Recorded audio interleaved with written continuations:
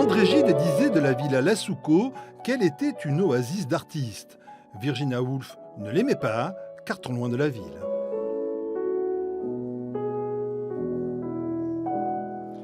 C'est Simon Bussy, un peintre et pastelliste français, né le 30 juin 1870, qui va faire dès 1904 de cette villa située à Roquebrune-Cap-Martin un important carrefour de la vie littéraire et artistique.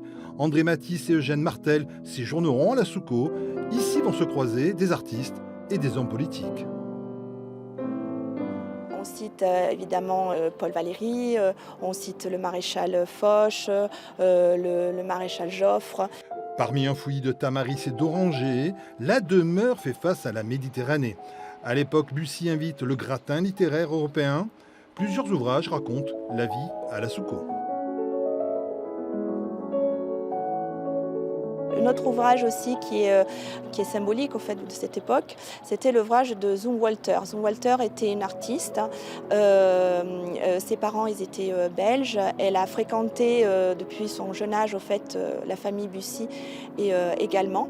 Et dans son ouvrage Pour Sylvie, qui s'intitule Pour Sylvie, qui est dédié au fait à sa fille, elle raconte il y a des nombreux passages où on raconte au fait la vie des gens à la villa Lascaux. André Gide et Roger Martin du Gard tomberont amoureux de cet espace.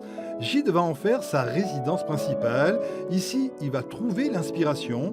Auteur d'une œuvre plurielle, il est toujours considéré comme le contemporain capital de son époque.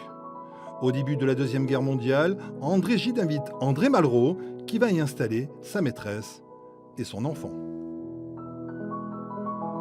En fait, c'était un lieu où il voulait surtout mettre à l'abri sa compagne et son enfant.